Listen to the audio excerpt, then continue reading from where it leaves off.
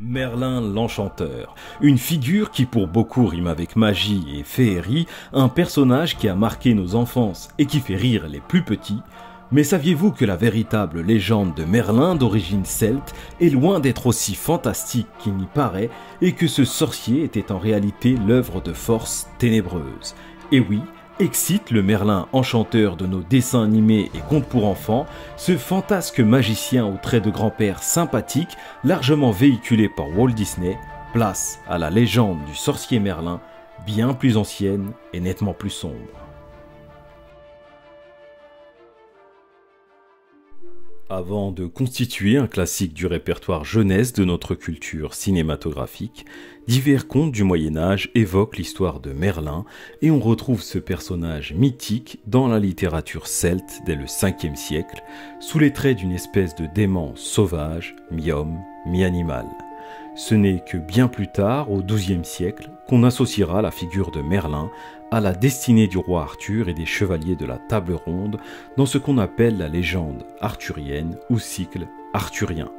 Cette littérature est étroitement liée au poète champenois Chrétien de Troyes et à l'écrivain normand Vasse. Plus tard, un certain Robert de Boron s'appuiera sur leurs écrits pour parfaire l'essentiel de la description et des qualités aujourd'hui retenues pour dresser le portrait de Merlin. Robert de Boron serait un homme d'église ou un chevalier originaire du village de Boron dans le territoire de Belfort, qui s'est donc inspiré des écrits de ses prédécesseurs et les a remaniés en y ajoutant une dimension chrétienne, notamment sur le sujet du Graal auquel il a consacré plusieurs ouvrages. Cette relique se christianise sous sa plume et devient le Saint Calice que Jésus-Christ aurait utilisé avec ses 12 disciples lors de la scène selon la tradition chrétienne. On ne parle alors plus de Graal, mais de Saint Graal. Cet objet mythique est aujourd'hui inextricablement lié à une petite commune bretonne du nom de Tréoranteuc et plus précisément indissociable du monument qui trône au milieu de ce village, à savoir l'église surnommée du Saint Graal.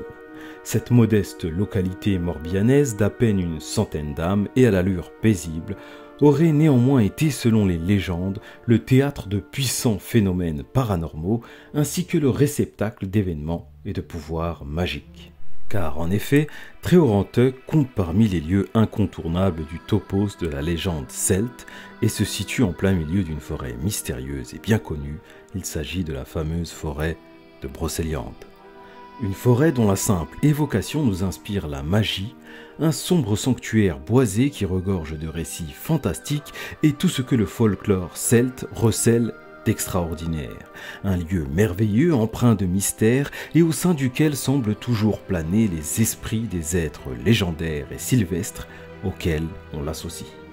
Celle du roi Arthur et de sa puissante Excalibur, celle de Lancelot du Lac, des fées Viviane et Morgane, ou encore celle des druides se tapissant dans leurs repères. Tous ces personnages ont marqué Brocéliande de manière indélébile, laissant derrière eux des lieux débordants de magie que l'on peut arpenter dans les dédales de la forêt. Des lieux tels que le Val sans retour, la fontaine de Jouvence et le tombeau de Merlin. Un Merlin à tout jamais associé à la forêt de Brocéliande et dont la légende y trouve son épilogue, mais également ses origines. Tout aurait donc débuté au sein de ce petit coin d'Éden, au beau milieu d'une nature paisible et reposante. C'est là qu'un événement effroyable va venir briser le calme et la quiétude de ce havre de paix breton. Dans ces lieux d'apparence tranquille, une jeune religieuse très pieuse va croiser le chemin d'un être surnaturel absolument terrifiant. Cette créature pourrait avoir été ce qu'on appelle un incube. Un incube étant l'équivalent masculin de la succube, soit un être démoniaque qui abuserait des femmes durant leur sommeil. Dans certaines variantes, il ne s'agit pas d'un incube, mais bel et bien du diable en personne que la jeune religieuse aurait croisé. Et vous l'aurez deviné, il arriva ce qu'il arriva, et la pauvre nonne finira par porter dans ses entrailles l'enfant du diable. Robert de Boron couche par écrit cet épisode et prophétise la venue prochaine d'une sorte d'antéchrist. Il annonce l'avènement du diable et la naissance d'un mage à la solde de Satan, un être surnaturel doté de pouvoirs extraordinaires censé apparaître sur Terre pour parfaire l'agenda démoniaque et parachever les plans du malin. et le nom de ce mage machiavélique n'est autre que Merlin. Merlin serait ainsi ce qu'on appelle un cambion. Un cambion étant dans la littérature ésotérique le fruit de l'union d'un incube et d'une femme. Merlin serait donc ni plus ni moins qu'un rejeton diabolique, le résultat de cette union entre une jeune religieuse très pieuse et un démon, voire le diable lui-même. Cet enfant maléfique va naître avec des caractéristiques physiques absolument hideuses et le corps recouvert de poils. Et il est d'autant plus effrayant qu'il sait parler et marcher dès la naissance. Il héritera de son père le don de voir le passé et de sa mère le don de voir l'avenir. Cela devient donc une sorte d'être hors du temps, capable de faire aller et venir son esprit, tantôt dans des périodes antérieures, tantôt vers le futur. Mais ce n'est pas tout. En plus d'être un véritable maître du temps, Merlin possède également la faculté de se métamorphoser. Il est capable de se transformer en n'importe quel animal, notamment en oiseau et en particulier en merle. Ce qui fait dire à certains, sans en avoir de véritable certitude, que le nom de cet oiseau et le nom de notre sorcier homme des bois seraient intrinsèquement liés. Merlin peut également prendre forme dans des corps de différents âges, passant tour à tour des traits d'un petit garçon à ceux d'un vieillard. Et ses pouvoirs surnaturels suscitent la méfiance, ils inquiètent. Car Merlin reste tout de même le fils du diable, celui dont certains disent qu'il est censé rouvrir grandes les portes de l'enfer et faire triompher le règne du mal. Il vivra ainsi en retrait, reclus dans sa forêt de Brocéliande, avec comme seul compagnon un loup blanc du nom de Blaise, qui a été un temps le confesseur de sa mère et qui est devenu son confident et son scribe. C'est lui qui consigne par écrit tout ce que Merlin raconte oralement. Toutefois, même si Merlin suscite l'appréhension du tout-venant, il intéresse, tout particulièrement les puissants pour qui ses facultés magiques peuvent constituer une aide précieuse dans leur quête de pouvoir. C'est ainsi qu'il deviendra conseiller à la cour du château de Compère, un château dont on peut encore voir les ruines au milieu de la forêt de Brocéliande. Il conseillera un certain Uther Pendragon, dont le nom signifie littéralement « tête de dragon », alors roi de Bretagne. Et, quelque temps avant son accession au trône, Merlin et Uther ont entrepris la réalisation d'un ouvrage absolument extraordinaire que l'on peut encore contempler de nos jours. Il s'agit du célèbre site des mégalithes de Stonehenge, connu pour être l'un des sites archéologiques les plus mystérieux qui soient. Cette alliance entre ces deux personnages permettra également de vaincre les Saxons avec lesquels les Bretons croisent le fer. Mais leur coopération ne s'arrêtera pas là. Les deux associés nous livreront une des légendes les plus connues parmi les plus fabuleuses de l'histoire, puisqu'ils seront aux origines de la naissance du roi Arthur. Car il faut savoir qu'Uther Pendragon est éperdument amoureux d'une femme appelée Ygraine, mais que celle-ci est liée à Gorlois de Tintagel, alors duc de Cornouailles et accessoirement fidèle allié de Pendragon dans sa lutte contre les Saxons.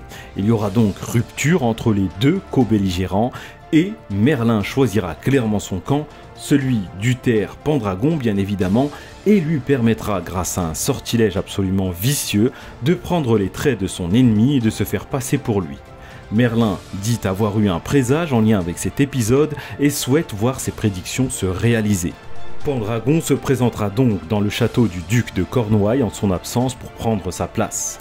De ce stratagème immoral naîtra le futur roi Arthur dont la venue au monde concrétisera les annonces de Merlin.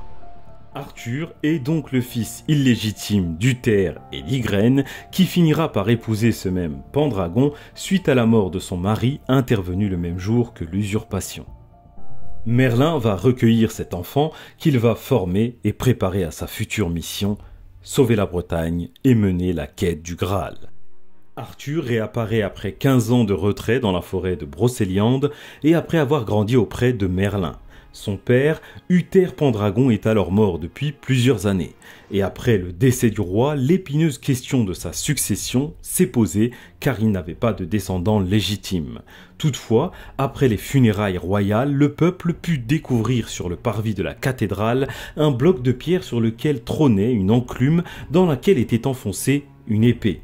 Le tout était accompagné d'un message selon lequel celui qui parviendrait à extirper cette épée serait couronné roi de Bretagne. Et contre toute attente, sauf celle de Merlin bien sûr, celui qui réussit ce prodigieux exploit n'est autre qu'Arthur, encore adolescent et qui accède ainsi au trône. Cette histoire bien connue est néanmoins souvent l'objet d'une confusion dans les esprits entre cette épée extirpée de son enclume et Excalibur. L'épée qui a initialement été sortie par Arthur va se briser lors d'un combat. C'est pourquoi une fée du nom de Viviane, aussi appelée la Dame du Lac, va lui en fournir une nouvelle en demandant aux elfes de la forger dans un métal enchanté et indestructible. Et c'est cette seconde épée qui est l'authentique Excalibur. C'est également de cette fée Viviane que notre druide des bois, j'ai nommé Merlin, tombera éperdument amoureux, au point de lui apprendre tous ses secrets, même celui de l'emprisonnement éternel. Et mal lui en prendra, puisque Viviane utilisera ce sort contre son professeur, elle enfermera Merlin dans une tour de verre au cœur de la forêt de Brocéliande.